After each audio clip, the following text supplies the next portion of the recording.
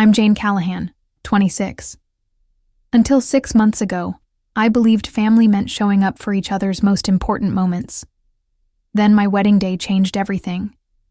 I stood at the altar in my grandmother's pearls, searching the congregation for familiar faces, but the front row remained empty. My parents had chosen to attend a baby shower for someone I'd never even met over their only daughter's wedding. The humiliation burned through me like acid. My mother's words from the night before still echo. Samantha really needs our support. Right now, honey. You'll understand when you're a mother. What they didn't know was that I had been secretly paying their mortgage for 2 years while building my nonprofit career. But here's what makes this story even more unbelievable. What happened when that same stranger ended up needing help months later? Before we jump back in, tell us where you're tuning in from. And if this story touches you, make sure you're subscribed, because tomorrow I've saved something extra special for you. To understand how I ended up standing alone at my own wedding, I need to take you back to the beginning. Growing up as Jane Callahan meant learning early that love came with conditions, and those conditions always seemed to shift just out of my reach. My childhood home sat on Maple Street in Cedar Falls, Iowa, a modest 2-story colonial with white siding and forest green shutters that my mother repainted every 3 years like clockwork. The house always smelled of vanilla candles and my father's coffee, with an underlying scent of my mother's rose-scented cleaning products. Everything had its place. Every surface gleamed, and every family photo was perfectly arranged on the mantel above our brick fireplace. Looking at those photos now, I can see what I couldn't then. The way my smile never quite reached my eyes. How my shoulders curved inward, as if I was trying to take up less space. In every image, my parents stood, tall and proud, my father's hand resting on my mother's shoulder, her smile bright and camera-ready. I was always positioned slightly to the side, as if I'd been added as an afterthought. My mother, Jane Callahan, was the kind of woman who could organize a church bake sale, coordinate the neighborhood watch, and still have dinner on the table, by 6 o'clock every evening. She moved through life with the efficiency of someone who had mapped out every minute of her day. Her brown hair was always perfectly curled, her lipstick never smudged, and her voice carried just the right note of Christian kindness that made people feel both welcomed and slightly judged. "Jane, honey, remember that we represent our family wherever we go," she'd tell me before school events, adjusting my collar one more time. People are always watching. I learned to be the daughter who never caused a scene, who got good grades without demanding attention, who helped with church events and smiled politely when adults complimented my parents on raising such a well-behaved young lady. What I didn't realize until much later was that being well-behaved meant being invisible. My father, Douglas, was a man of few words and fewer emotions. He'd spent 30 years managing production schedules at the deer plant outside town, and he approached family life with the same methodical precision. He loved me in the way that quiet men love their children, through providing, through showing up to parent-teacher conferences, through teaching me to change a tire in the driveway on summer evenings. But when it came to emotional storms, especially ones involving my mother, Dad became a ghost in his own house. I remember being 14 and crying in my room after Mom had criticized my choice to join the school newspaper instead of the youth choir. Dad appeared in my doorway with a cup of hot chocolate and sat on the edge of my bed. "Your mother just wants what's best for you," he said, his voice gentle but tired. "She's got strong opinions, but her heart's in the right place." "But what about what I want?" I asked through my tears. He was quiet for a long moment, staring down at his calloused hands. "Sometimes wanting something and getting it are two different things, kiddo. Family means compromise." That became the theme of my teenage years, compromise. I learned to choose my battles carefully, to present my dreams in ways that aligned with my parents' vision of who I should be. When I wanted to take art classes, I framed it as a way to help with church bulletin design. When I got interested in social justice issues, I focused on the Christian service aspect. I became fluent in translation, turning my authentic self into a version my parents could accept. The irony is that my mother genuinely believed she was raising me to be strong and independent. She'd tell stories about her own strict upbringing, how her parents had taught her discipline and values. "I'm giving you the tools you'll need for life," she'd say when I questioned her rules about curfew or friend choices. "Someday you'll thank me." What she was actually teaching me was that my needs were negotiable, that love was something you earned through compliance, and that family harmony was worth more than personal authenticity. I absorbed these lessons so completely that even now, at 26, I sometimes catch myself apologizing for taking up space in my own life. The breaking point in our family dynamic came during my senior year of high school, when I told my parents I wanted to study communications at the University of Iowa instead of staying local and majoring in elementary education like they'd planned. The conversation happened on a Sunday evening in our dining room, the same room where we'd eaten thousands of family dinners in relative peace. Communications? My mother's voice carried that particular tone she used when neighbors' children got into trouble. What exactly does someone do with a communications degree? I'd prepared for this moment, practiced my arguments in the mirror. I want to work for nonprofits, maybe do grant writing or advocacy work. There are so many organizations doing important work for families and communities. Jane. My father's voice cut through my explanation. Your mother and I have been talking. Teaching would give you stability, good benefits, summers off when you have children of your own. But I don't want to be a teacher, I said, the words coming out smaller than I'd intended. My mother reached across the table and patted my hand with the same gesture she used to comfort church ladies going through divorces. Honey, we know you. Think you want these things now, but trust us. We've lived longer, seen more. Some dreams are just that, dreams. What matters is building a life that lasts. The conversation went on for another hour, but I knew I'd already lost. They weren't arguing against my choice. They were dismissing it entirely, as if my desires were cute, but ultimately irrelevant. In the end, I applied to both schools and got into both. When the acceptance letters came, my parents celebrated the education acceptance with a dinner out. The communications acceptance got filed away in my mother's desk drawer without comment. That's when I realized something that would shape the rest of our relationship. My parents loved the idea of me more than they loved the actual me.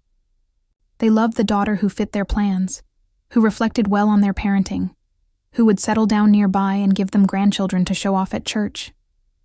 The daughter who wanted to write grant proposals for immigrant services or organize community advocacy campaigns. She was a problem to be managed, not a person to be supported. I went to Iowa anyway, financing it through scholarships, part-time jobs, and student loans my parents warned me I'd regret. Those 4 years were the first time I remember feeling like I could breathe fully. I discovered that not every disagreement was a catastrophe, that people could love you and still respect your boundaries. That family could be something you chose, rather than something you simply endured. That's where I met Maya Jennings, my roommate who would become my best friend, and eventually, my maid of honor.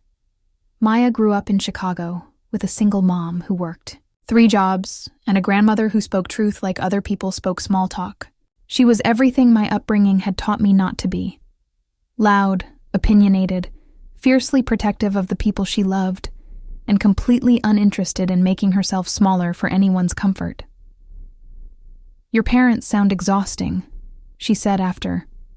I'd explained why I couldn't come home for Thanksgiving because I had to work extra shifts at the campus bookstore. Family's supposed to make your life better, not harder.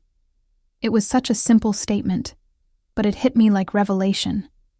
I'd spent so many years focused on being the daughter my parents wanted that I'd never considered whether they were being the parents I needed.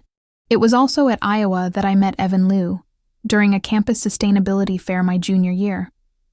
He was manning a booth for the urban planning student organization, explaining how green infrastructure could transform communities, his dark hair falling across his forehead as he gestured excitedly at design sketches. What struck me wasn't just how handsome he was, but how he listened, really listened, when people talked, asking follow-up questions and remembering details from conversations weeks later. Evan came from the kind of family I'd only seen in movies.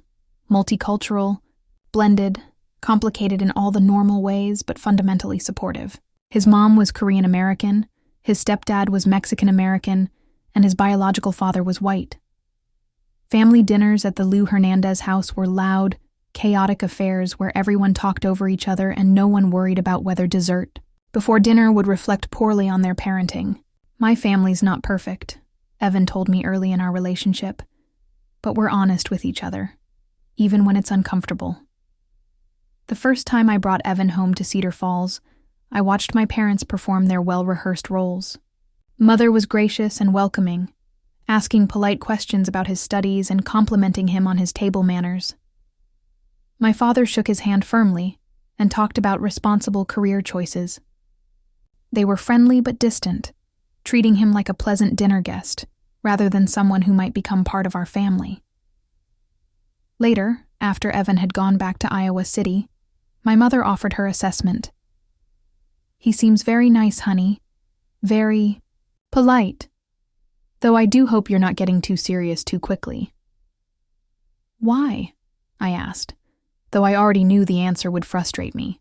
Well, you're both so young, and his background is so different from ours. Not that there's anything wrong with that, she added quickly. It's just that shared values are so important in a marriage.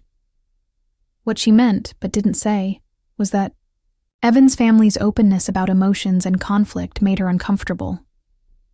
In her world, good families didn't argue, didn't discuss difficult topics, and certainly didn't expect individual family members to have needs that might inconvenience the group. But Evan saw through the performance immediately. On the drive back to campus, he was quiet for a long time before finally saying, "They seem nice, but they don't really see you, do they?" The accuracy of that observation made my chest tight. What do you mean? The whole time we were there, they talked about you like you were a character in their story instead of the author of your own. They love you, I can see that.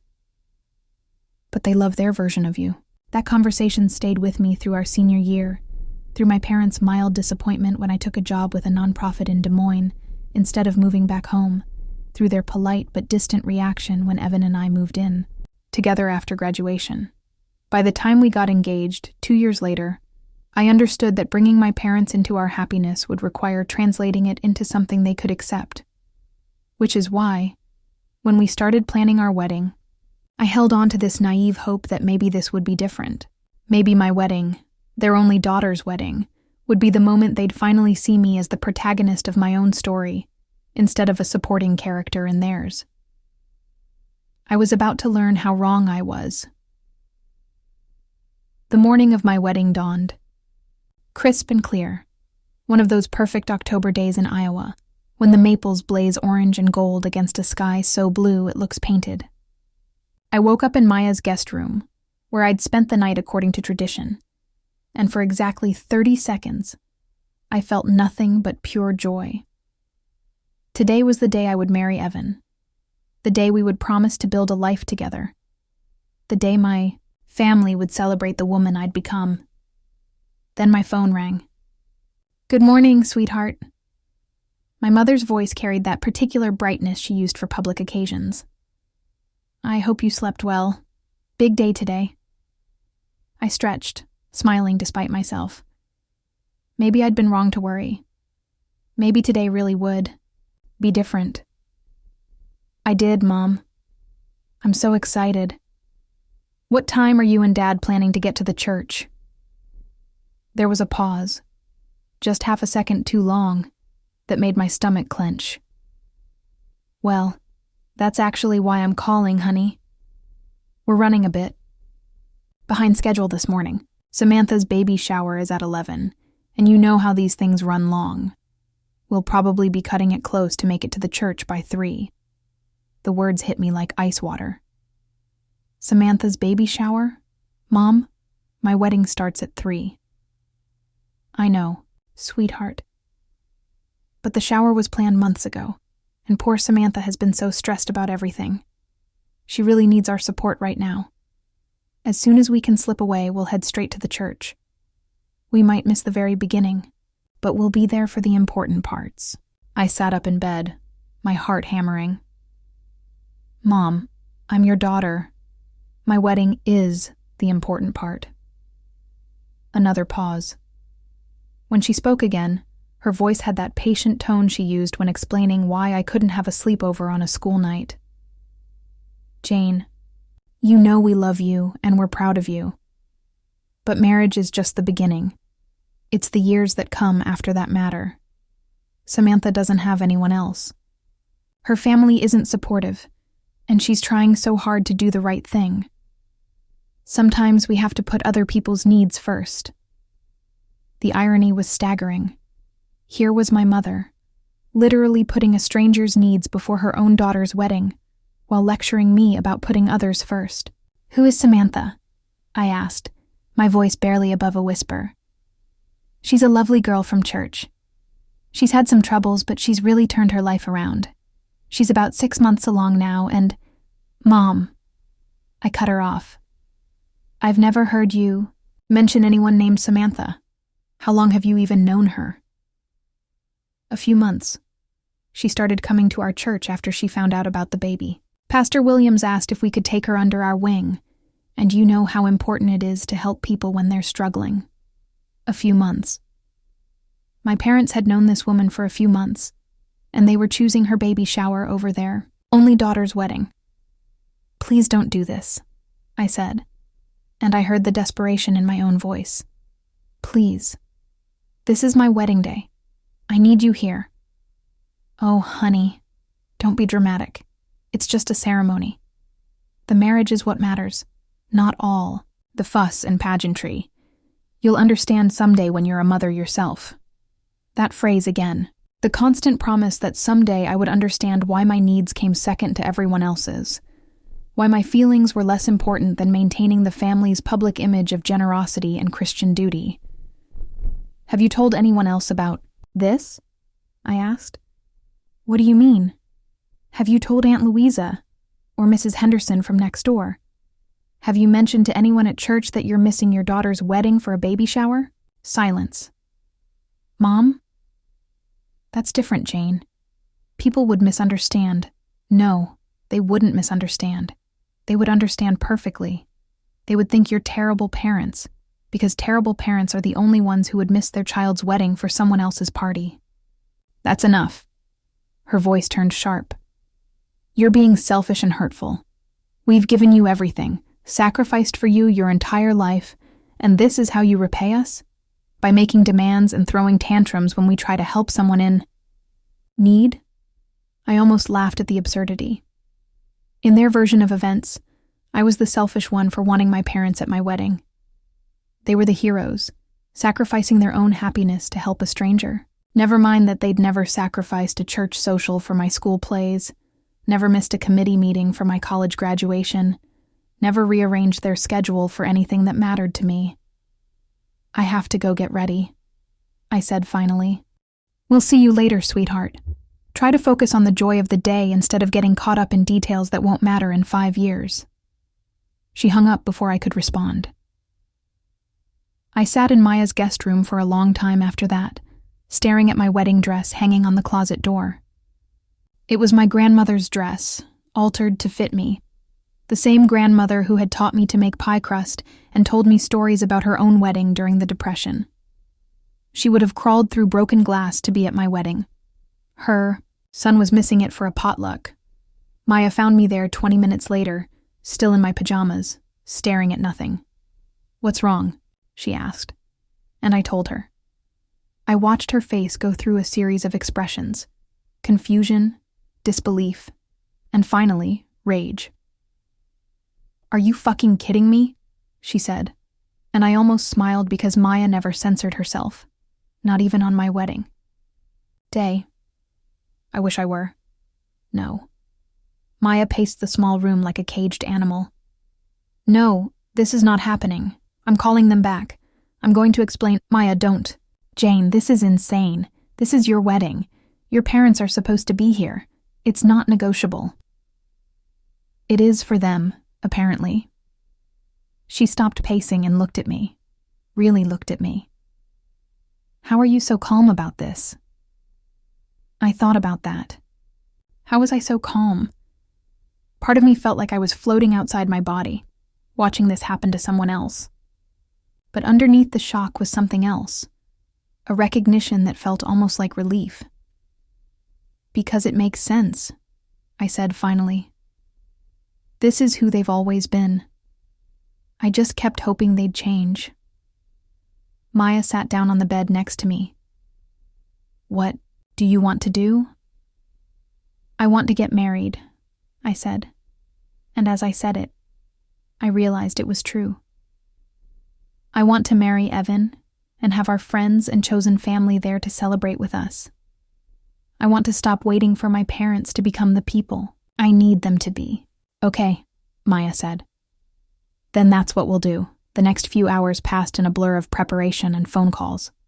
Maya called our other friends to let them know what had happened, not to gossip, but to prepare them for the empty front row and my parents' absence.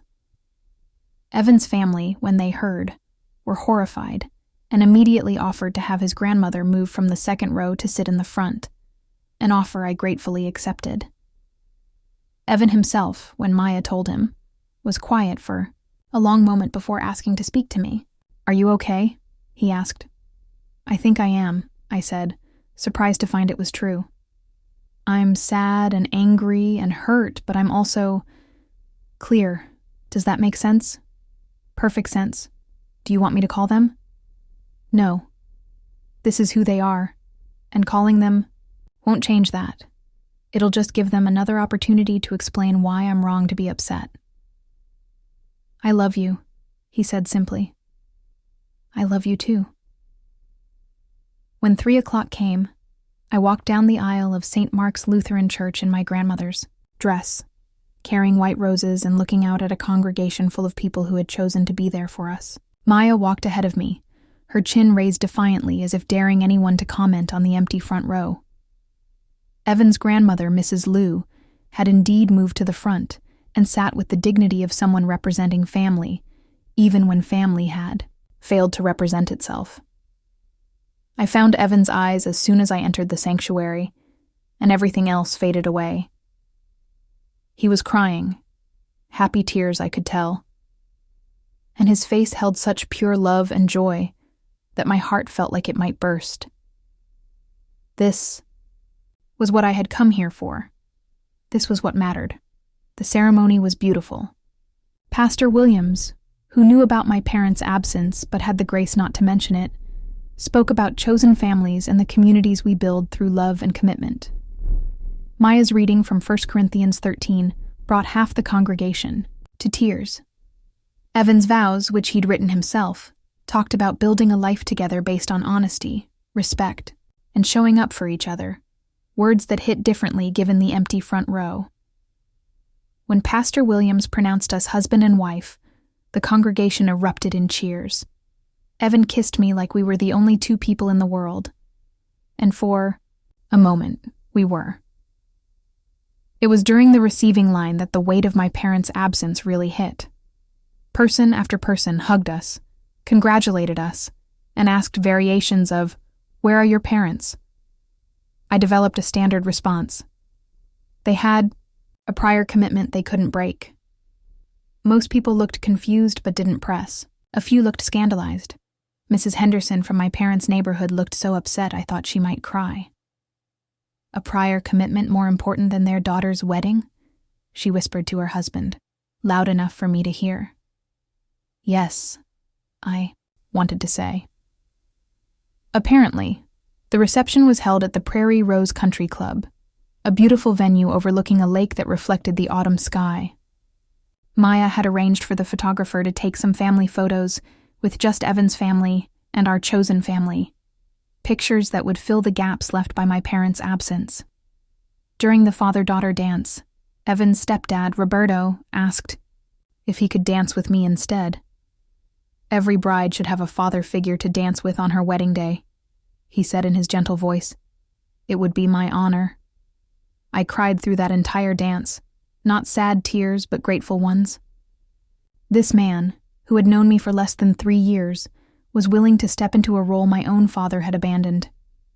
It was nearly midnight when I finally checked my phone and found a single text message from my mother, sent at 8:47 p.m. Hope you had a beautiful day, sweetheart. The shower ran much later than expected, but Samantha was so grateful for our support. Love you. No apology. No acknowledgement of what they'd missed. No recognition that their choice had consequences. I showed the text to Evan as we sat in our hotel room, still in our wedding clothes, eating leftover cake and processing the day. How do you feel? He asked. I thought about it.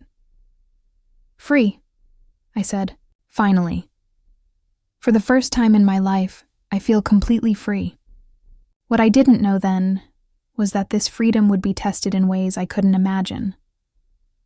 That in a few months, when tragedy struck the very woman whose baby shower had been more important than my wedding, my parents would come to me expecting the same unconditional support they had never offered. But on that night, sitting in our hotel room as husband and wife, surrounded by the love of our chosen family and the clarity that comes from finally seeing people as they truly are, I felt nothing but possibility stretching out before us. The week after our wedding, Evan and I flew to Oregon for our honeymoon, a small cabin near Crater Lake where we could hike during the day and sit by the fire at night, processing everything that had happened. It was exactly what we needed: space, silence, and the kind of natural beauty that puts human drama into perspective. For 6 days, I didn't think about my parents at all. I woke up next to my husband, drank coffee on our cabin's deck while watching the sunrise paint the mountains gold, and felt genuinely happy in a way I wasn't sure I'd ever experienced before. We hiked through old-growth forests, took pictures of waterfalls, and talked about everything except the empty front row at our wedding. But reality has a way of finding you, even in paradise. On our last morning, while Evan was in the shower, I finally turned on my phone to check messages before our flight home. There were dozens of texts from friends, a few work emails, and 17 missed calls from my mother. 17. My stomach dropped. Had something terrible happened? Was someone hurt? I scrolled through the call log and saw they'd come at all.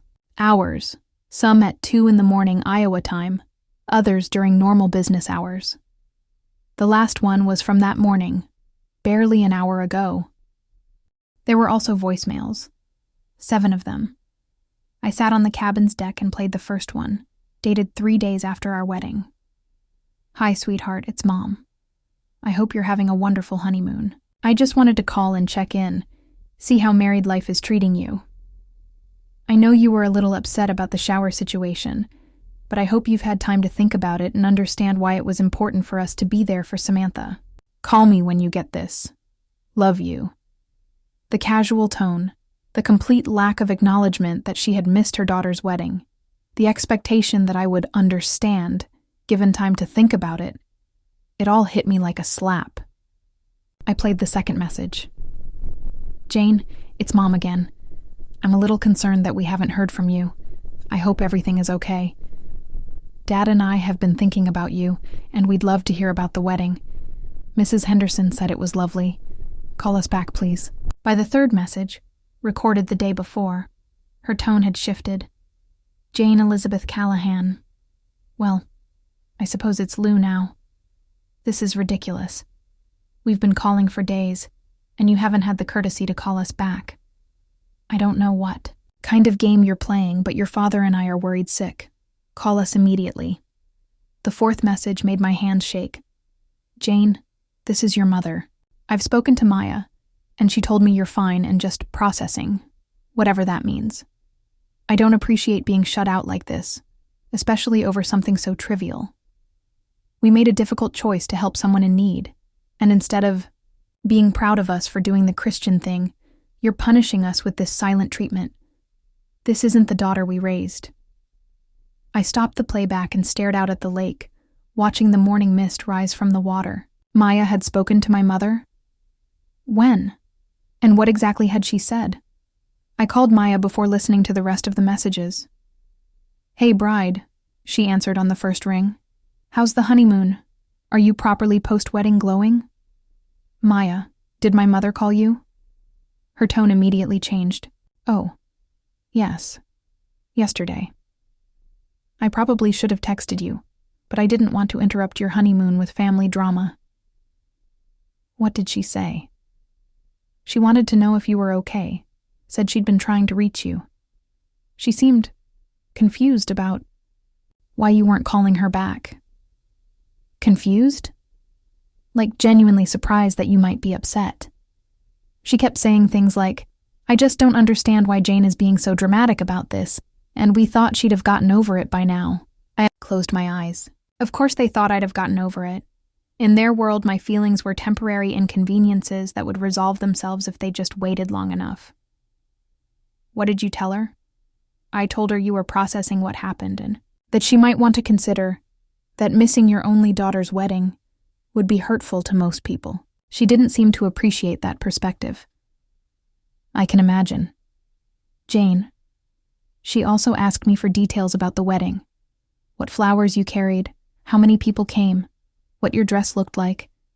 It was like she wanted to get the highlights, without having to acknowledge that she missed it. That detail hit me harder than all the voicemails combined. My mother wanted to know about my wedding so she could talk about it to other people, so she could maintain the illusion that she'd been involved, that she was a good mother who celebrated her daughter's milestones. "Are you okay?" Maya asked, gently. "I think so. It's just, I keep waiting for them to realize what they did. To apologize, or at least acknowledge that missing my wedding was hurtful. But they genuinely don't think they did anything wrong." "What are you going to do?" "I have no idea." After I hung up with Maya, I sat on the deck for a long time, watching the sun climb higher and listening to the sounds of the forest waking up. Evan found me there when he came out of the shower, his hair still damp, wearing the hiking clothes we'd packed for our travel day. "Everything okay?" he asked, settling into the chair next to mine. I told him about the voicemails, about Maya's conversation with my mother, about the strange unreality of it all. He listened without interrupting, which was one of the things I loved most about him. His ability to hold space for difficult emotions without trying to fix them. "Do you want to call them back?" he asked when I finished. "I don't know what I would say. You could start with how you feel." "I feel like they live in a completely different reality than I do. In their version of events, they're the heroes who made a sacrifice to help someone in need, and I'm the ungrateful daughter who's punishing them for being good Christians. And in your version?" "In my version, they missed the most important day of my life for someone they barely know, then expected me to congratulate them for it." We sat in comfortable silence for a while, watching a pair of hawks circle overhead. Finally, Evan said, "You know you don't have to call them back today, right? Or this week, or on any timeline that isn't yours?" It was such a simple statement, but it felt revolutionary. I had spent my entire life responding to my parents' emotions on their schedule, managing their feelings before my own, prioritizing their version of family harmony over my own well-being. The idea that I could choose when and how to engage with them was both terrifying and liberating. "I think I want to go home first," I said. "I want to get back to our life, our space, and figure out what I want to say from there." "Whatever you need." The flight home was turbulent, literally and metaphorically. As our plane bounced through storm clouds over Colorado, I found myself thinking about the strange parallel between weather and family dynamics. Both could be unpredictable. Both could leave you feeling powerless. And both required you to either find shelter or learn to navigate the storm. Our apartment in Des Moines had never felt more like home than it did that evening. It was a small, 2-bedroom place in the Drake neighborhood, with hardwood floors, big windows, and a kitchen where Evan and I had cooked countless dinners while talking about our days. Everything was exactly as we'd left it, but somehow it all felt different now that we were married. now that this was officially our shared home, rather than just a place we'd been living together. We ordered Chinese takeout and sat on our couch, opening wedding gifts and going through the cards we hadn't had time to read at the reception. There were beautiful, heartfelt messages from friends and family members who had traveled to celebrate with us, photos people had taken during the reception, and even a card from Mrs. Liu expressing how honored she'd felt to represent family. In the front row, "Look at this," Evan said, holding up a card with a familiar handwriting. "It's from my Aunt Rosa." She wrote, "Thank you for letting us be part of your family. We can't wait to watch your love story continue." I felt tears prick my eyes. Your family really embraced me, didn't they? Our family, he corrected gently. And yes, they did, because that's what families do. It was a pointed comment, and we both knew it. The contrast between his family's immediate acceptance and my parents' conditional love was impossible to ignore. That night, I listened to the rest of my mother's voicemails. The fifth one was more of the same, confusion mixed with irritation. The sixth one was from my father, his voice stiff and uncomfortable. "Jane, it's Dad. Your mother is pretty upset about this whole situation. I think maybe you should call her back and talk this through. You know how she gets when there's conflict in the family. Just call her back, okay?" Even in his attempt to mediate, my father was making my mother's emotions my responsibility. Not once did he acknowledge that I might be hurt, that I might have valid reasons for needing space, that their choice to miss my wedding might have consequences. It was all about managing my mother's feelings and maintaining the family's artificial peace. The seventh and final voicemail had been left that morning, just hours before I'd finally turned on my phone. "Jane, this is your mother. I don't know what kind of advice Maya is giving you, but this behavior is completely unacceptable. We are your parents. We love you, we raised you, we sacrificed for you, and we deserve better than this. I'm going to assume that married life has you distracted and that you'll come to your senses soon. But I want you to know that this is hurtful to your father and me, and it needs to stop. Call us when you're ready to have an adult conversation." And adult conversation. As if I were the child throwing a tantrum rather than an adult woman processing the fact that her parents had missed her wedding for a stranger's party. I played that last message for Evan, and he was quiet for a long moment. After it ended, "She really doesn't see it, does she?" he said finally. "See what? That she's the one who needs to apologize. That this isn't about you being dramatic or ungrateful. It's about them making a choice that deeply hurt you and then expecting you to pretend it didn't matter." "I keep thinking I must be crazy," I admitted. "Like maybe I am being too sensitive, or maybe missing a wedding really isn't that big of a deal." "Jane." Evan turned to face me fully on the couch. "If Maya had gotten married and your parents had asked you to choose between her wedding and some church event, what would you have done?" "Gone to Maya's wedding, obviously." "Because?" "Because she's important to me. Because showing up for people you love on their important days is what you do." "Exactly. You're not crazy and you're not being too sensitive. Your parents made a choice that told you where you rank in their priorities, and you're allowed to have feelings about that." That night, I lay in bed next to my sleeping husband and stared at the ceiling, thinking about choices and consequences, about the difference between intention and impact, about the strange way family dynamics can make you question your own reality. My parents probably did think they were doing the right thing by supporting Samantha. They probably did see themselves as generous, caring people who put others' needs first. But impact matters more than intention, and the impact of their choice was that their daughter felt abandoned on one of the most important days of her life. I wasn't ready to call them back yet. I wasn't ready to have the adult conversation my mother wanted, because I knew what that meant. It meant me listening to their justifications, accepting their perspective, and moving on as if nothing had happened. But something had happened. Something fundamental had shifted in our relationship, and I couldn't go back to pretending otherwise. What I didn't know yet was that this was only the beginning. 2 weeks after we returned from our honeymoon, I was sorting through the last of our wedding gifts when I found Maya's bridesmaid speech tucked inside a thank you card she'd given me. She'd handwritten it on cream-colored stationery, the same paper she'd used for her reading during the ceremony, and seeing her careful cursive brought back the memory of her standing at the reception microphone, her voice strong and clear as she spoke about chosen family and unconditional love. I hadn't paid close attention to her exact words that night. I'd been too overwhelmed by the day's emotions, too focused on the absence in the front row and the presence of everyone who had chosen to celebrate with us. But reading her speech now, in the quiet of our apartment, I felt like I was hearing it for the first time. I've known Jane for 8 years, and in that time, I've watched her grow from a young woman who apologized for taking up space into someone who knows her own worth. Jane has this incredible gift for seeing the best in people, for giving second and third and fourth chances, for believing that love can transform any relationship if you just try hard enough. It's one of the things I love most about her, and it's also the thing that has sometimes made me want to shake her. Because here's what I've learned about Jane. She will show up for you.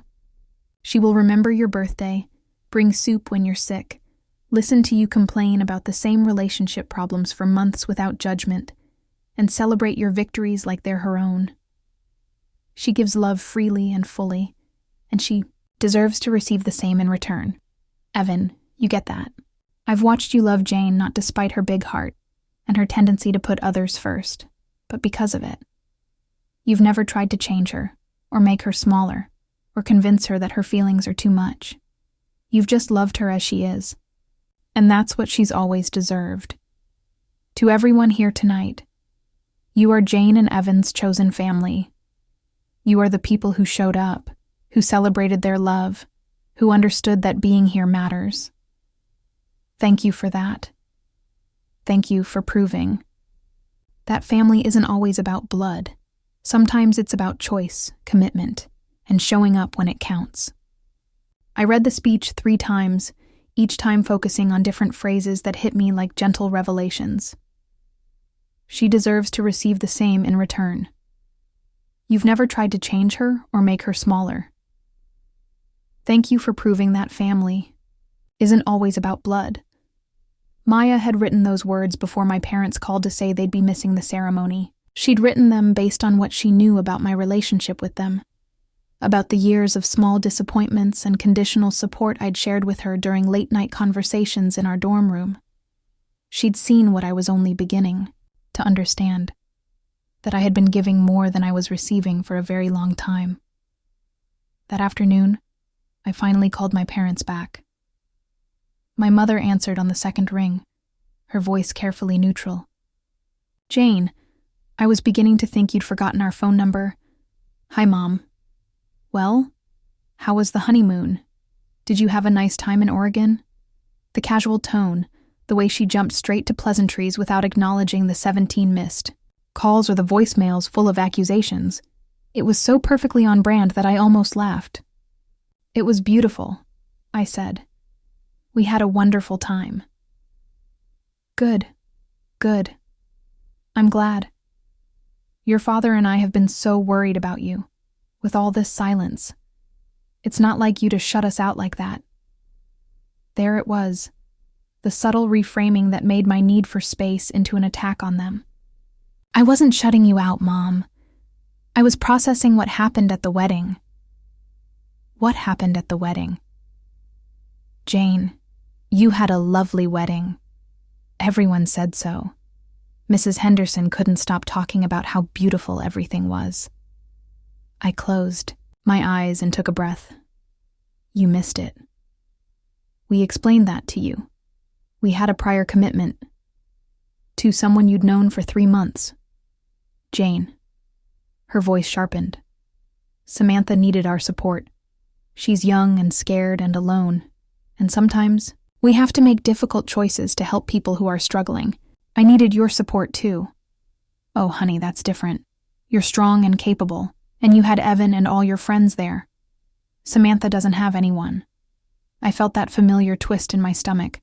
The way my mother could make my hurt feelings seem selfish, my needs seem less important than everyone else's. But this time, instead of accepting her logic, I found myself pushing back. It's not different, Mom. Your daughter's wedding is important regardless of who else is there to support her. Jane, I really don't understand why you're being so dramatic about this. It was just a ceremony. The marriage is what matters, not all the pomp and circumstance. If it was just a ceremony, then why was Samantha's baby shower important enough to miss it for? Silence. That's not the same thing, she said finally.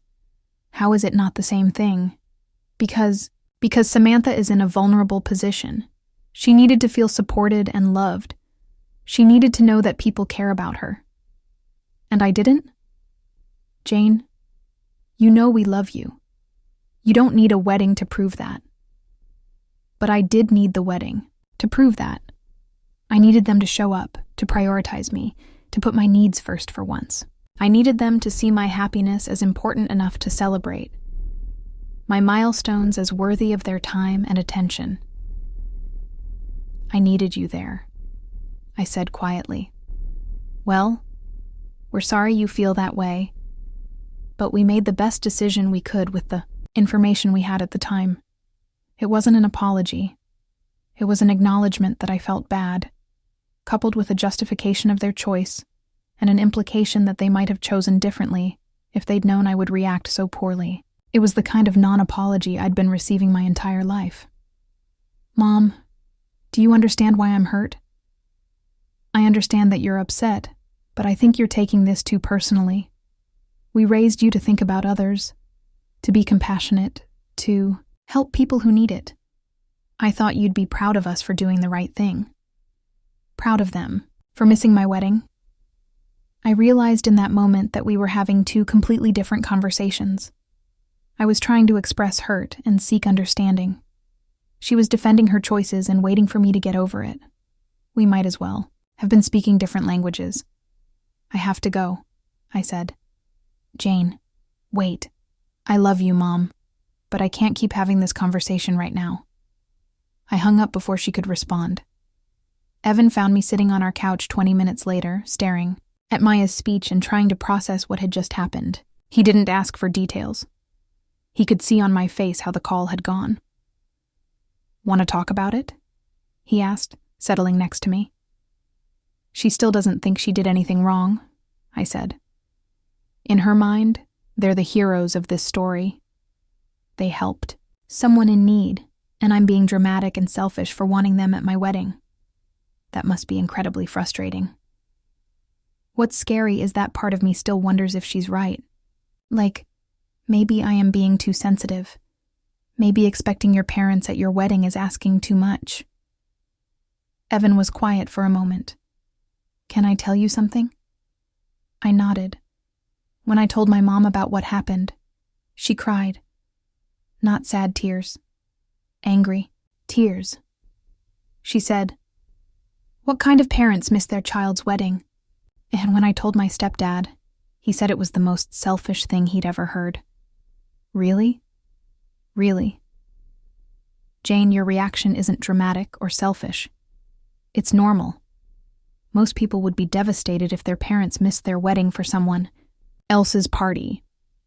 But they're always telling me I'm too sensitive, that I take things too personally, because it's easier to convince you that your feelings are wrong than it is for them to acknowledge that their choices hurt you. I looked down at Maya's speech again, at the line about deserving to receive the same love I gave so freely. I've been making excuses for them my whole life, haven't I?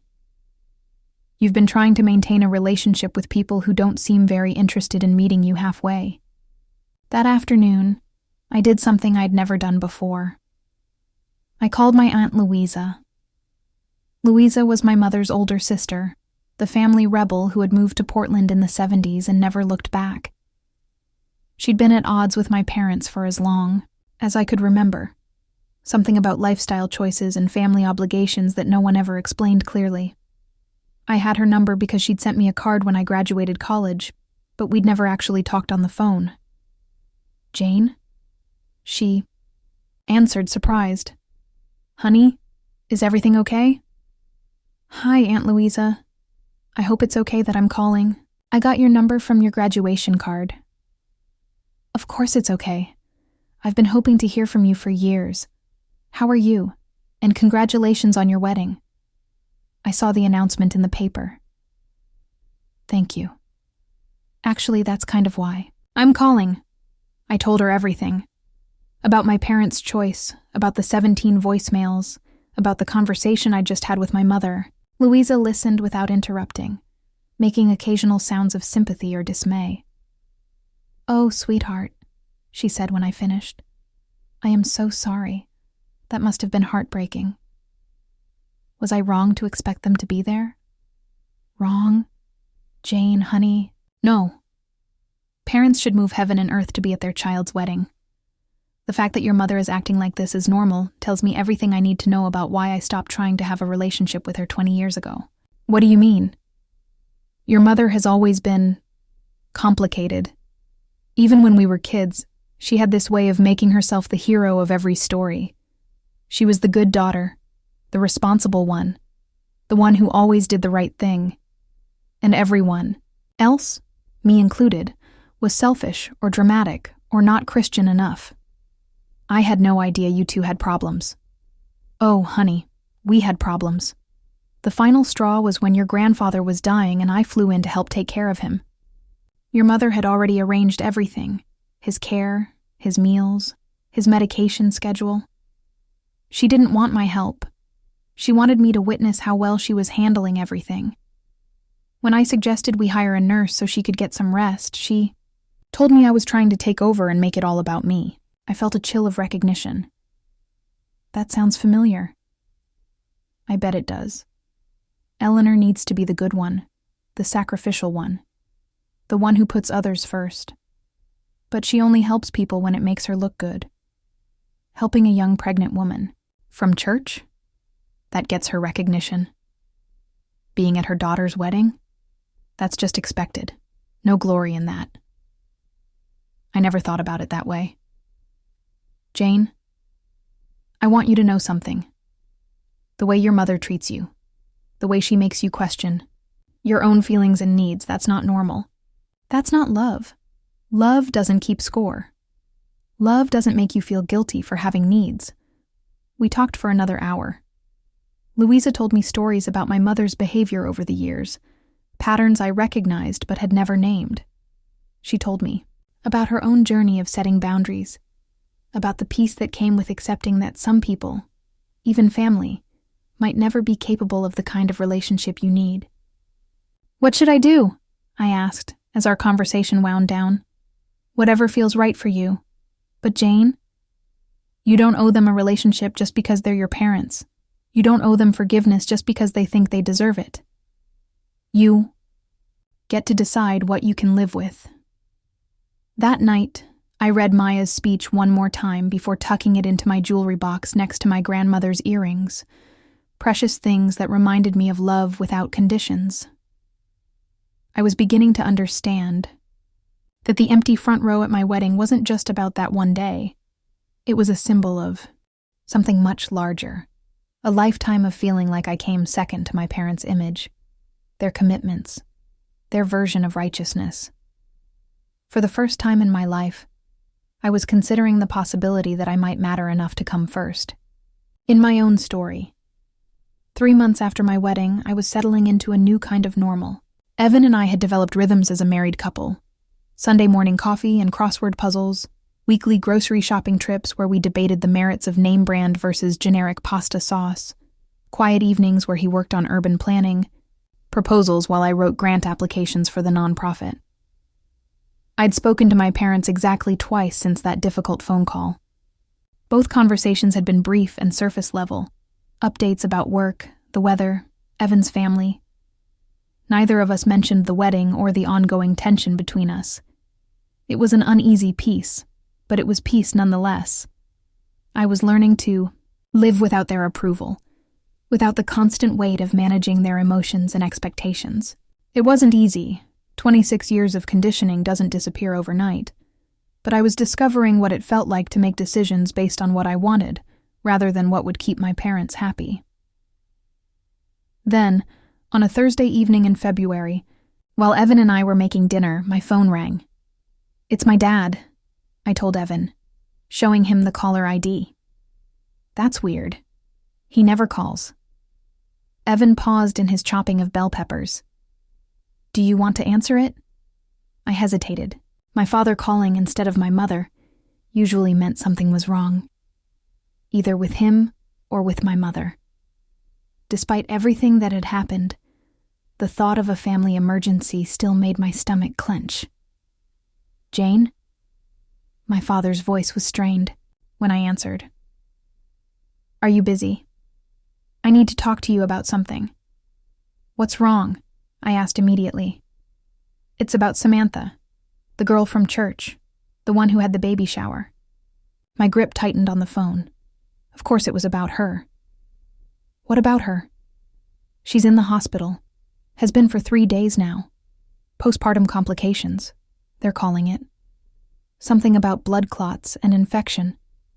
She almost..." He cleared his throat. "She almost died, Jane." I felt a strange mix of emotions. Genuine concern for someone who was suffering, followed immediately by anger at being pulled into this situation. "I'm sorry to hear that, Dad. That sounds really scary." "It is scary. And the thing is, she doesn't have anyone. Her family, well, they weren't supportive when she got pregnant. And they're not around now. The baby's father isn't in the picture. She's completely alone."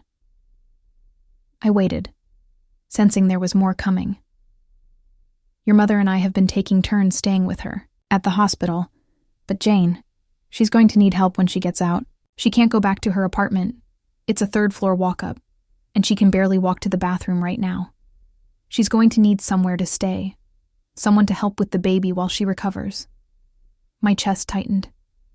"Dad, I know what you're thinking, and I know things have been complicated between us lately. But Jane, this is a life-or-death situation. This girl, this woman, she could die if she doesn't get proper care." "What exactly are you asking me?" There was a long pause. "We were hoping she could stay with you and Evan for a few weeks, just until she's strong enough to manage on her own." I stared at Evan, who had stopped cooking entirely and was watching my face with growing concern. The audacity of the request was breathtaking. My parents, who had missed my wedding to attend this woman's baby shower, were now asking me to open my home to her during her recovery. "Dad, you cannot be serious." "Jane, I know this is a lot to ask." "A lot to ask? Dad, you missed my wedding for her baby shower. You chose her over me on the most important day of my life, and now you want me to take care of her? This is different. This is about saving someone's life. And my wedding was about what, exactly? Some frivolous party?" I heard him sigh heavily. "Jane, your mother and I thought, we hoped that you'd moved past all that you'd understand we were trying to do the right thing." "I understood perfectly. You made your priorities very clear." "This isn't about priorities. This is about Christian charity.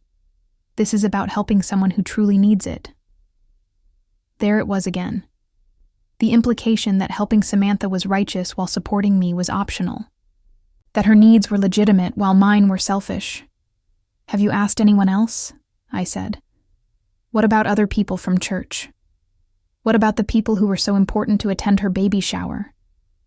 "We've asked, but everyone has reasons they can't help. The Petersons are dealing with his mother's dementia. The Johnsons have their grandchildren staying with them. The Williamses don't have space." "And you assumed I'd say yes?" "We hoped you would. Jane, this is what we raised you to, do to help people who need it." I felt something crack open inside me. Not sadness this time, but pure, clean anger. "You raised me to help people, but you didn't show up to help me celebrate the biggest day of my life. You raised me to be compassionate. but you've never shown any compassion for my feelings. You raised me to put others first, but you've never put me first, not once. Jane, no, Dad, I'm done. I'm done being the daughter who always understands, who always gives more than she receives, who always makes herself smaller so everyone else can be comfortable. We're not asking you to make yourself smaller. We're asking you to help save someone's life by giving up my peace, my space, my marriage's first year to take care of someone you chose over me. Do you hear yourself? There was silence on the line for a long moment. When my father spoke again, his voice was quiet and tired. I don't understand what happened to you, Jane. This isn't the daughter we raised. You're right, I said. The daughter you raised would have said yes immediately. She would have apologized for being upset about the wedding. She would have opened her home without question and felt guilty for even hesitating. But that daughter was killing herself trying to earn love that came with conditions. This daughter, the one I'm becoming, knows she deserves better. I hung up before he could respond. Evan was beside me immediately, his hands on my shoulders. What happened? I told him everything. About Samantha's hospitalization, about my parents' request, about the conversation that had just unfolded. As I spoke, I watched his expression move from concern to disbelief to outright anger. They want you to what? He said when I finished. Taken the woman whose baby shower was more important than our wedding. That's... He shook his head. That's actually insane. Is it? Or am I being selfish again? Jane. Evan turned me to face him fully. A woman is sick and needs help. That's genuinely sad, and I feel for her. But your parents asking you to provide that help, after everything that's happened, that's not Christian charity. That's manipulation. I felt tears start to fall. Tears of relief that Evan saw it the same way I did. Tears of frustration at being put in this position. Tears of grief for the parents I'd always wanted, but clearly would never have. They really think I should say yes, I said. They really think that because someone needs help, I should just forget everything that happened and open my home to her. Do you want to help her? I thought about that. Part of me does. I genuinely wouldn't want anyone to suffer or be alone when they're that sick. But Evan, I can't do it. I can't take care of the person whose needs they prioritized over mine. I can't pretend that's healthy or normal. Then don't.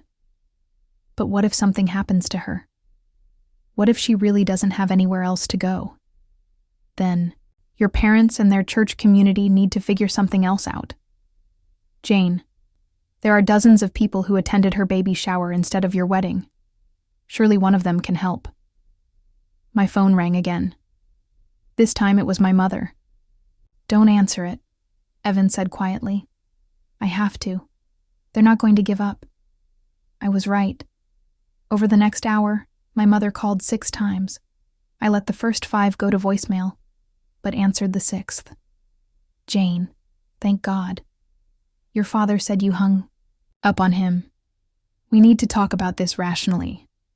I was perfectly rational, Mom. Refusing to help someone who could die is not rational.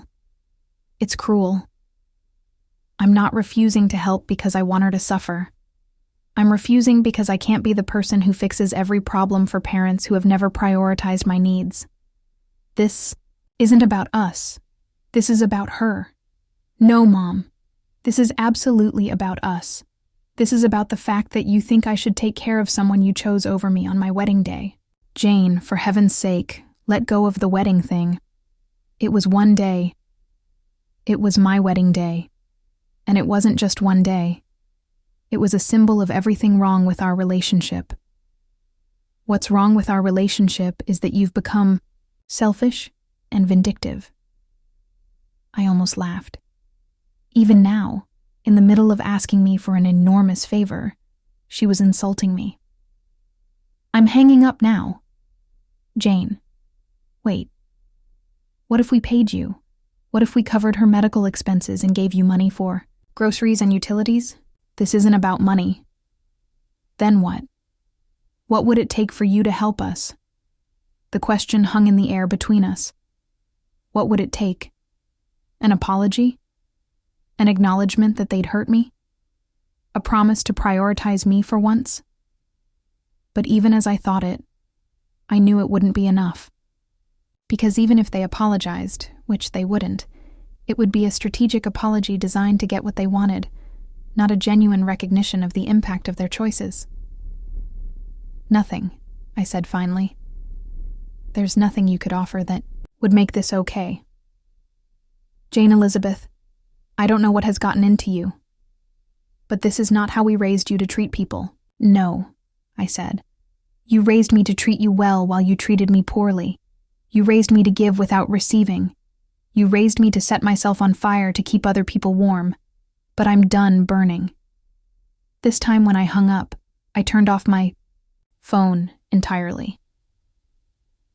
That evening, Evan and I sat on our couch with takeout Thai food and talked through everything that had happened. He didn't try to tell me what to do or how to feel. He just listened and held space for all of it. My anger, my guilt, my grief, my relief. Do you think I'm a terrible person? I asked as we finished dinner. For having boundaries? For refusing to be manipulated? Jane, you're the strongest person I know. I keep thinking about her, though, about Samantha. What if she really doesn't have anywhere to go?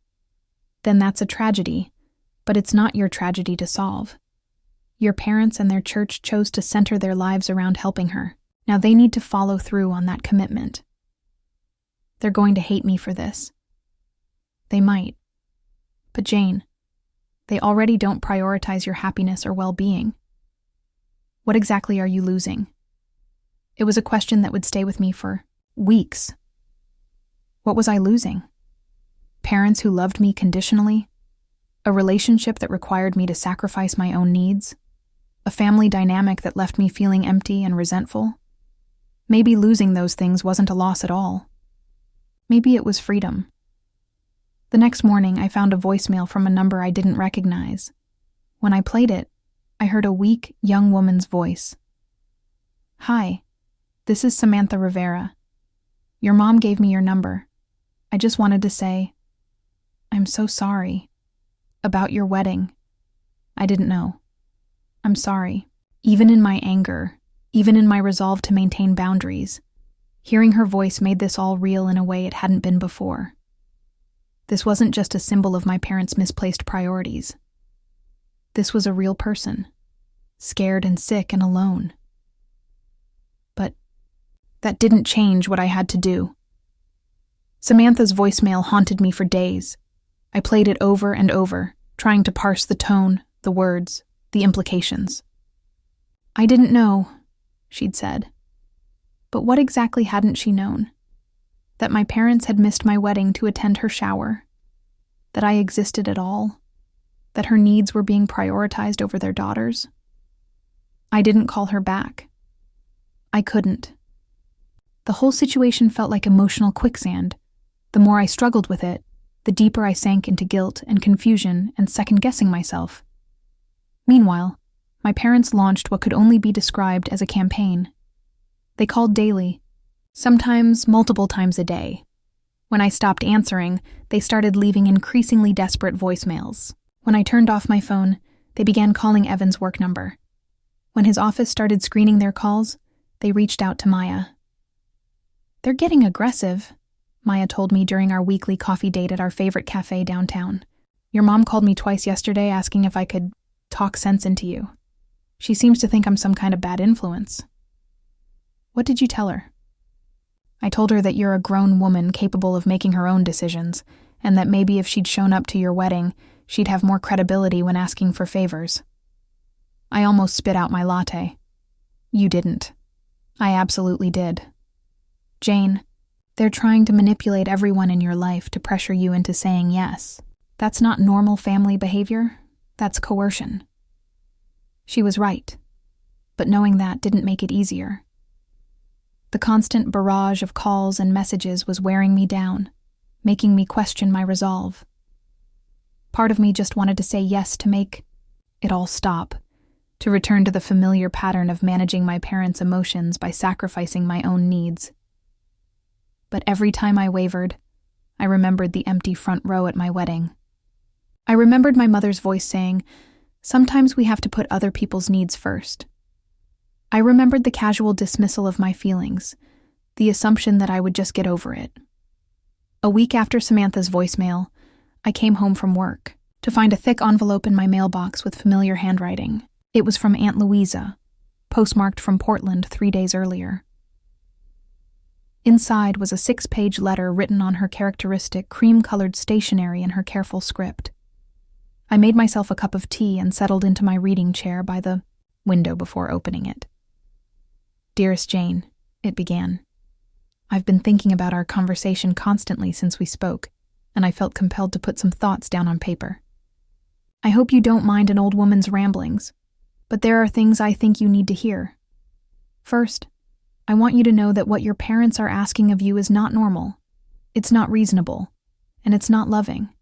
I know they've spent your entire life convincing you that their behavior is normal, but I've been watching this family for 63 years, and I can tell you with certainty that it is not.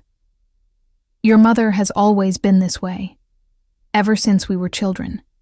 She was the good daughter, the responsible one, the one who always did what was expected. But Eleanor's goodness has always come with a price. Everyone around her had to be less good so she could be the hero. I was the rebellious sister. Your father is the quiet enabler. You've been the ungrateful daughter who doesn't appreciate her sacrifices. When our mother was dying, Eleanor took over her care completely. She quit her job, moved back home, and dedicated herself to being the perfect caregiver. It was genuinely admirable, except that she refused help from anyone else, including professional caregivers who could have made Mother more comfortable.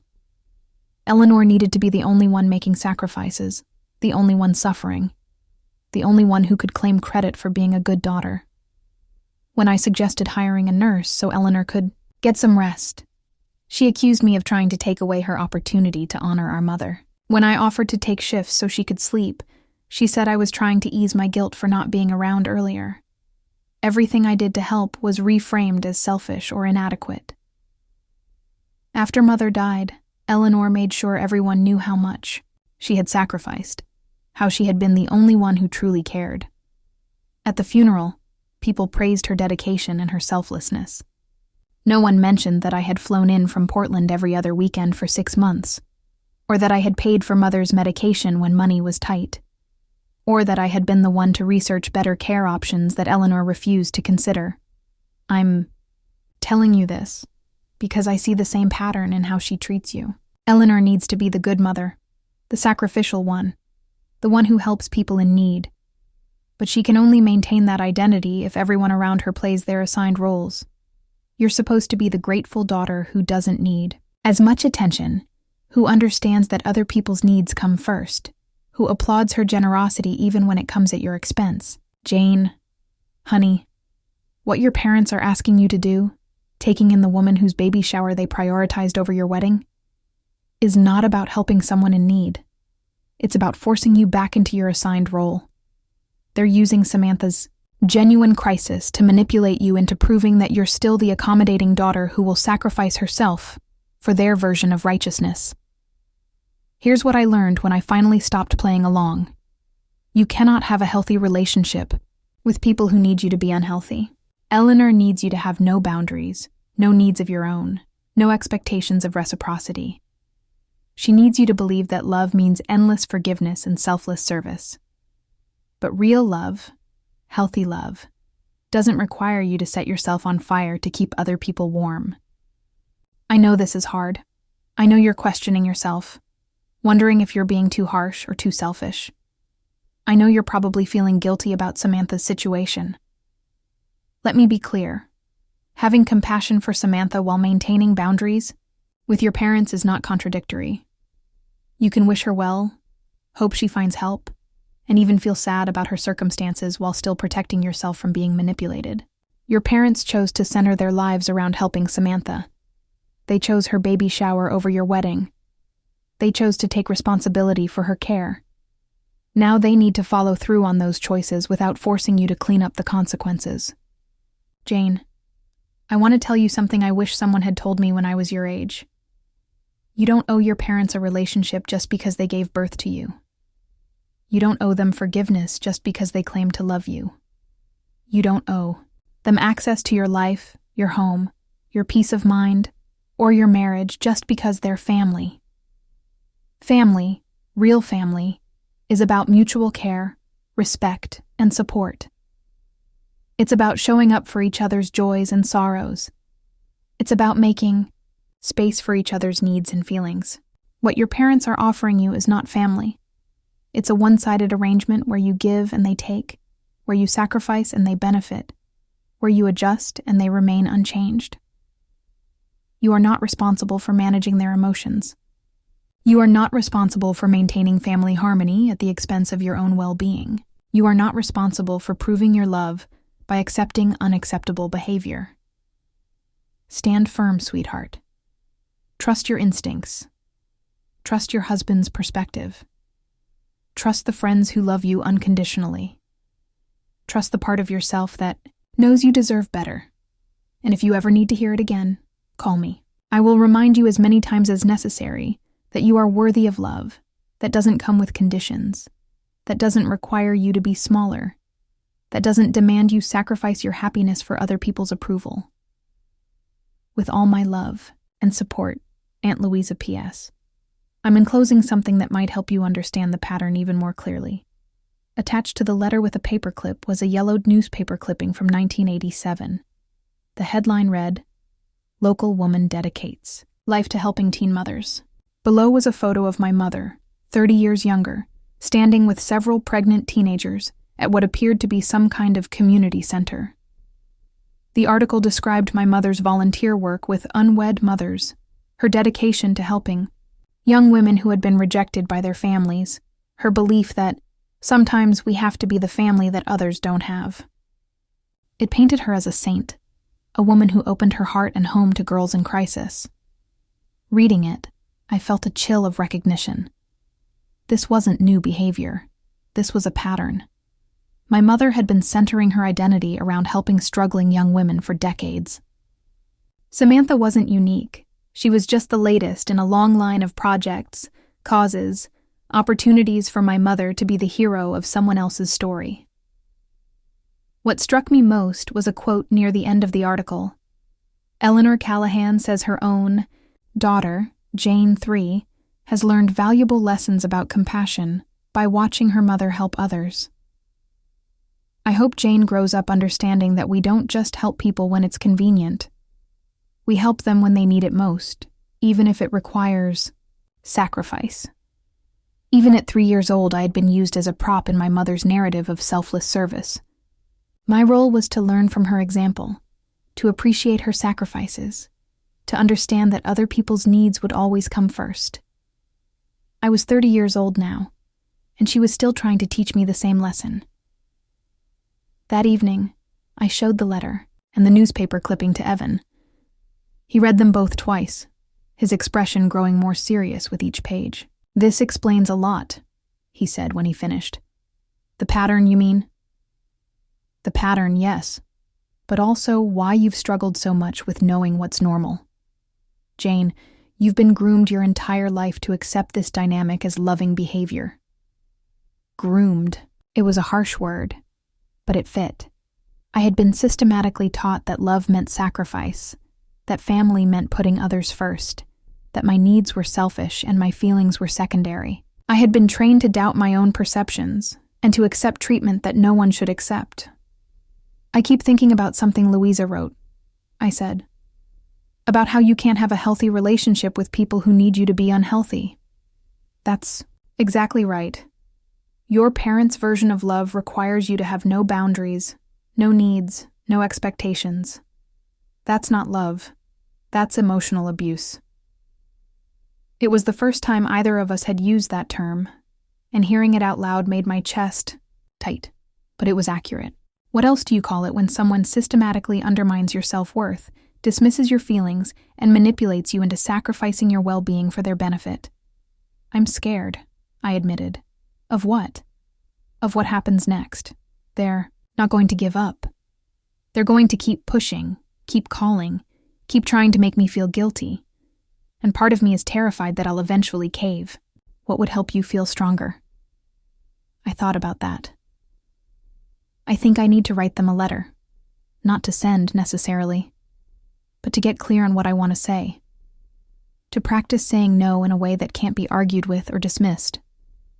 That sounds like a good idea. That night, I started writing. Not the letter I would send, but the letter I wished I could send.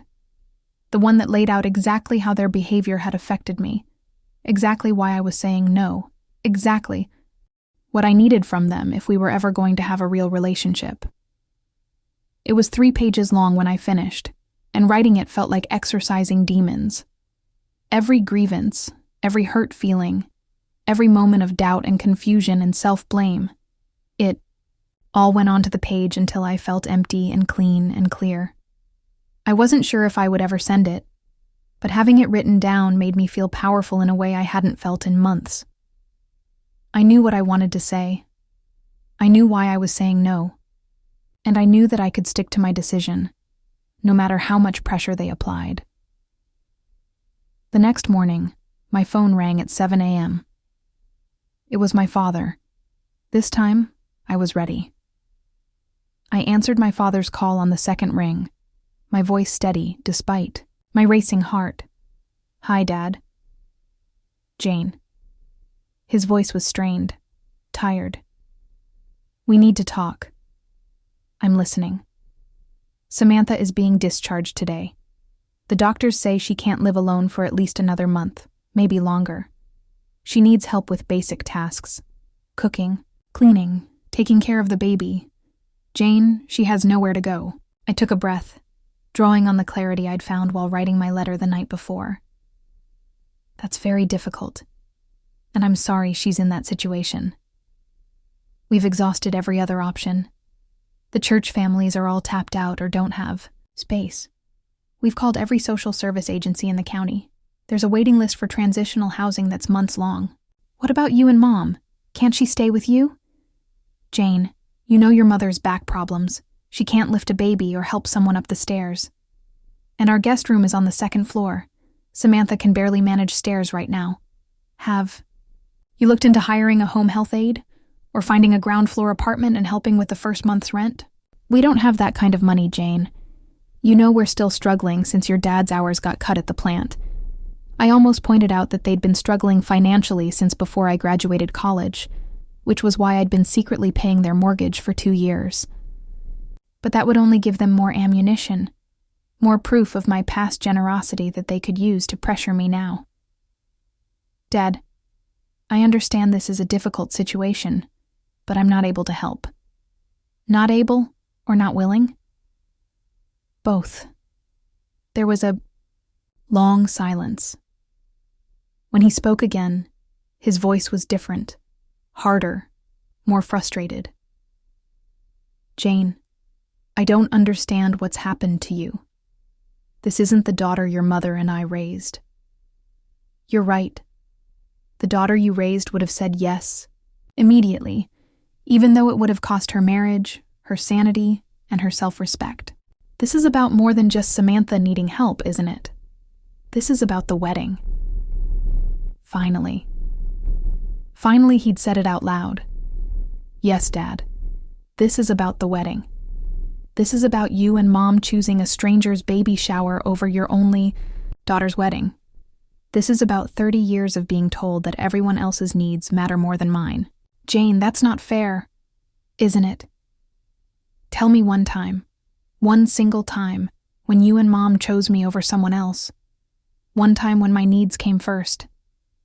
Silence. I can't think of any either, I continued, because it's never happened. I have never been the priority. I have always been the one expected to understand, to compromise, to sacrifice for other people's needs. We sacrificed for you plenty. We worked hard to provide for you, to give you opportunities. Providing for your child is the bare minimum of parenting, Dad. It's not a favor you did me that I need to spend the rest of my life repaying. Jane, you're being incredibly selfish. And there it was. The word they'd been avoiding but clearly thinking. Selfish.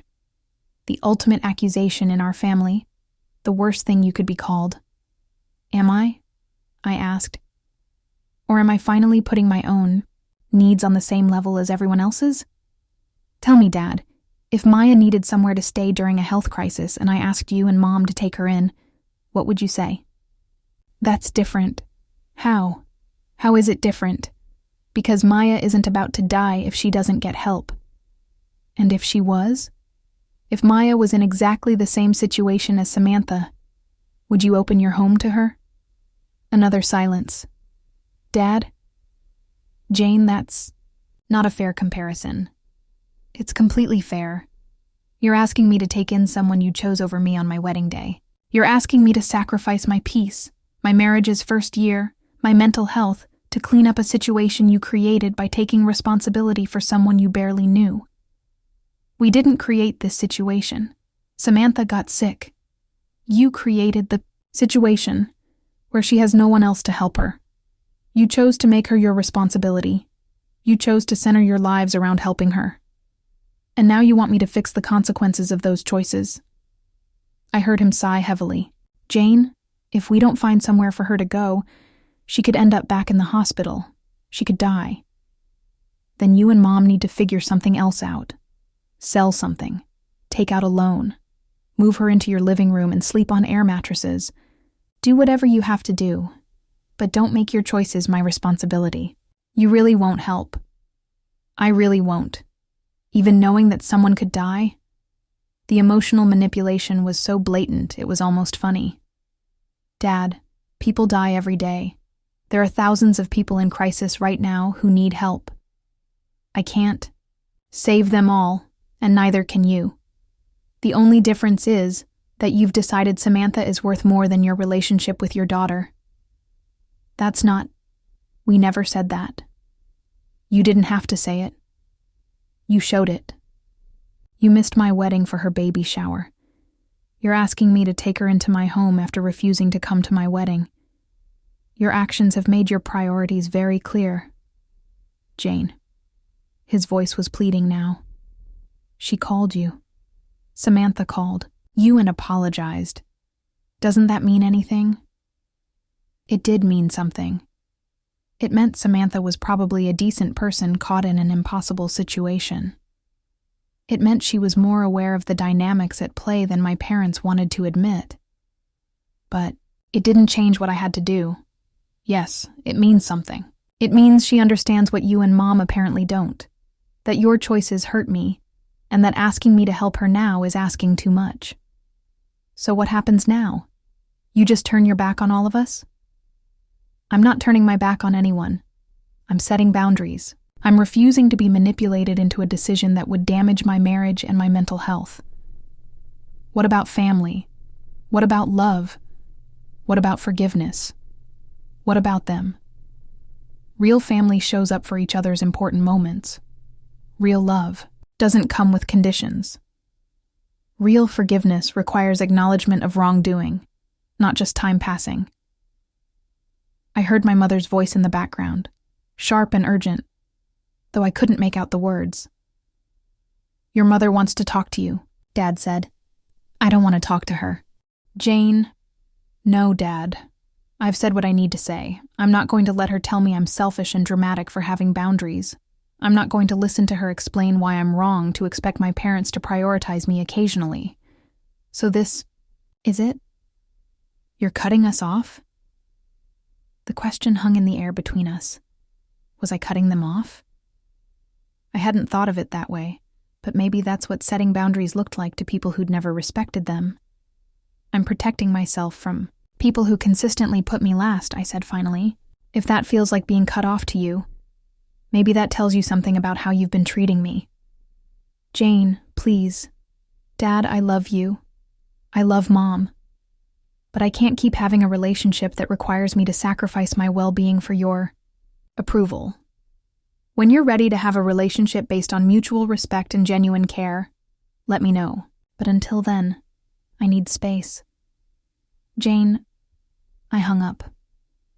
For a moment, I just sat there holding my phone and shaking. I had done it. I had said no clearly, definitively, without room for negotiation or manipulation. I had named the pattern, called out the manipulation, and set a boundary I'd never set before. My phone immediately started ringing again. I turned it off. When Evan came downstairs 20 minutes later, he found me sitting at our kitchen table with a cup of coffee and my journal open in front of me. "How are you feeling?" he asked, settling into the chair across from me. "Free," I said, and realized it was true. Scared, but free. "What are you writing?" I looked down at the page in front of me. I'd been writing without really thinking about it, letting my thoughts flow onto paper as they came. "I think I'm writing about what I want," I said. "What I want my life to look like, what I want my relationships to be like, what I want to choose instead of what I'm rejecting." "Can you read some of it to me?" I looked at what I'd written. "I want relationships where love doesn't come with scorecards. I want to be chosen, not just tolerated. I want my happiness to matter as much as everyone else's. I want to be seen as the protagonist of my own story, not a supporting character in other people's dramas. I want to build a family with Evan based on honesty, respect, and mutual support.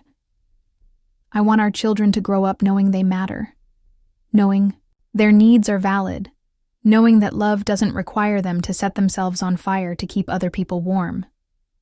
I want to work on causes I care about because I choose to, not because I'm guilted into it. I want to help people from a place of genuine compassion, not obligation or manipulation. I want to honor the people who show up for me, Maya, Evan's family, Aunt Louisa, the friends who celebrated our wedding when my parents wouldn't. I want to invest my energy in relationships that give as much as they take. I want to forgive my parents someday, but I want it to be real forgiveness based on their acknowledgement of harm and commitment to change, not fake forgiveness based on my exhaustion and their expectation that time heals all wounds regardless of behavior. I want to stop apologizing for taking up space in my own life. When I finished reading, Evan was quiet for a moment. "That sounds like a beautiful life," he said finally. "It does, doesn't it?" My phone had been off for an hour when I finally turned it back on. There were 12 missed calls and 7 voicemails. I deleted them all without listening. That afternoon, while Evan was at work, I did something I'd never done before. I called a therapist. I found Dr. Sarah Chen's number through my insurance company's website, and when I called, she had an opening. The following week, "What brings you to therapy?" she asked when I made the appointment. "I just set my first real boundary with my family," I said, "and I want to make sure I can stick to it." That evening, Evan and I cooked dinner together, salmon with herbs from the little garden we'd started on our balcony. We ate by candlelight and talked about everything except my parents. We talked about his latest urban planning project, about a grant proposal I was working on, about whether we wanted to get a dog. It was ordinary and perfect and ours. As we were cleaning up, Evan said, "I'm proud of you, you know. For today. It was really hard. I know. But you did it anyway. You chose yourself. I had chosen myself. For the first time in my life, when forced to choose between my well-being and my parents' demands, I had chosen myself. It felt terrifying and necessary, and exactly right." 6 months later, I was hanging a new photo on our living room wall when Evan came home from work. It was a picture from Maya's birthday party the weekend before, all of us laughing around our dining room table, Evan's arm around my shoulders, Maya making bunny ears behind his head, Mrs. Liu telling some story that had left us all in stitches. "That's a good one," Evan said, kissing my cheek as he looked at the photo. "It is," I agreed. "It looks like family." And it did. Not the family I'd been born into, but the family I'd chosen. People who showed up for each other's joys and sorrows, who celebrated each other's victories without keeping score, who loved without conditions or expectations of sacrifice. Therapy with Dr. Chen had been revelatory. Over the months, I'd learned to recognize the patterns Aunt Louisa had identified, to name the manipulation tactics my parents used, to understand that my feelings weren't too much or too sensitive or wrong. I'd learned that healthy love doesn't require you to be smaller, that boundaries aren't walls, but bridges to better relationships. My parents had tried calling for several weeks after our last conversation. When I didn't answer, they'd enlisted others, church friends, neighbors, even my old high school guidance counselor to reach out on their behalf. Each message was some variation of the same theme. I was being stubborn. I was hurting people who loved me. I needed to forgive and move on. I'd learned to delete these messages without letting them destabilize me. 3 months ago, the calls had stopped entirely. I'd heard through Aunt Louisa that Samantha had eventually moved in with a church family 2 towns over, people who had space and resources to help her properly. She was recovering well, and her baby was thriving. My parents, according to Louisa, were telling anyone who would listen about their ungrateful daughter who had refused to help someone in need. I felt sad about their version of events, but I no longer felt responsible for correcting it. Any word from your parents? Evan asked as we settled onto the couch with dinner. No, and I don't expect any. I think they're waiting for me to come crawling back, apologizing for having boundaries. How do you feel about that? Peaceful, mostly. Sometimes sad, not for the relationship we have, but for the one we'll never have. I used to think if I just tried harder, loved better, sacrificed more, they'd eventually see me as worthy of their unconditional love. Now I understand that the problem was never me. Dr. Chen had helped me understand that I'd been trying to earn something that healthy parents give freely. I'd been working to deserve love that should have been mine without conditions. I got something in the mail today, I said, reaching for an envelope on the coffee table. From Aunt Louisa. Inside was a card with a photo of a sunrise over mountains and a short note. Saw this and thought of you. Here's to new beginnings and chosen families. Love, Louisa. Tucked behind the card was a small newspaper clipping, an announcement that I'd been promoted to program director at the nonprofit where I worked. Somehow, Louisa had seen it in her Portland paper's job announcement section. She's been keeping track of your career, Evan observed. She has. It's nice to have family who celebrates your victories instead of minimizing them. That evening, Maya called with news that she'd gotten engaged to her girlfriend of 3 years. We talked for an hour about wedding plans, and when she asked if I wanted to be her maid of honor, I cried happy tears. Of course I do. And Maya, my parents won't be there to miss it. Good, she said fiercely. This wedding is going to be about love and celebration and people who actually show up. After I hung up, I found myself thinking about the contrast between Maya's joy about her engagement and my own wedding planning anxiety from the year before. I'd spent so much energy worrying about my parents' approval, trying to create a day they could celebrate, desperately hoping they'd finally prioritize me. Maya wasn't worried about any of that. She was planning a wedding for people who loved her unconditionally, who would show up with joy and celebration, who understood that love is something you demonstrate, not just something you say. That night, as Evan and I got ready for bed, I looked at our reflection in the bathroom mirror. I looked different than I had a year ago, not physically, but in some indefinable way. I looked solid, grounded, like someone who knew her own worth. Do you ever regret it? Evan asked, reading my mood. Setting the boundaries with your parents? I thought about it seriously. No. I regret that it was necessary. I regret that they chose their image over our relationship. I regret that I spent so many years accepting crumbs and calling it love. But I don't regret choosing myself. Even if they never come around? Even if this is permanent? Especially if this is permanent. Evan, I was killing myself trying to earn their love. I was making myself smaller and smaller, hoping that eventually I'd find the right size to fit into their version of family. But their version of family required me to have no needs, no boundaries, no expectations of reciprocity. That's not love. That's emotional labor disguised as love. We brushed our teeth in comfortable silence, and as we climbed into bed, I felt that familiar sense of peace that had become my new normal. No phone calls to dread, no emotional manipulation to navigate, no guilt about prioritizing my own well-being. 6 months ago, I'd thought choosing myself meant losing my family. Now, I understood that I'd actually gained a family, one based on respect, genuine care, and mutual support. Evan, Maya, Mrs. Lou, Aunt Louisa, the friends who'd celebrated our wedding, they were my family now. The family photo on our living room wall proved it. Love doesn't require you to disappear into it. Real love makes space for you to be fully yourself. As I drifted off to sleep next to my husband, I thought about the woman I'd been a year ago, desperate for her parents' approval, willing to sacrifice her peace for their version of family harmony, convinced that love meant endless forgiveness and selfless service. I was grateful to that woman for surviving long enough to become this one.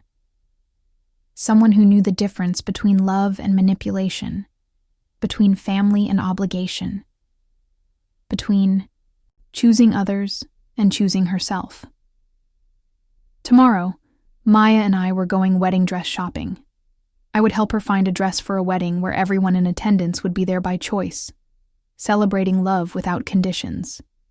It was exactly the kind of family event I wanted to be part of.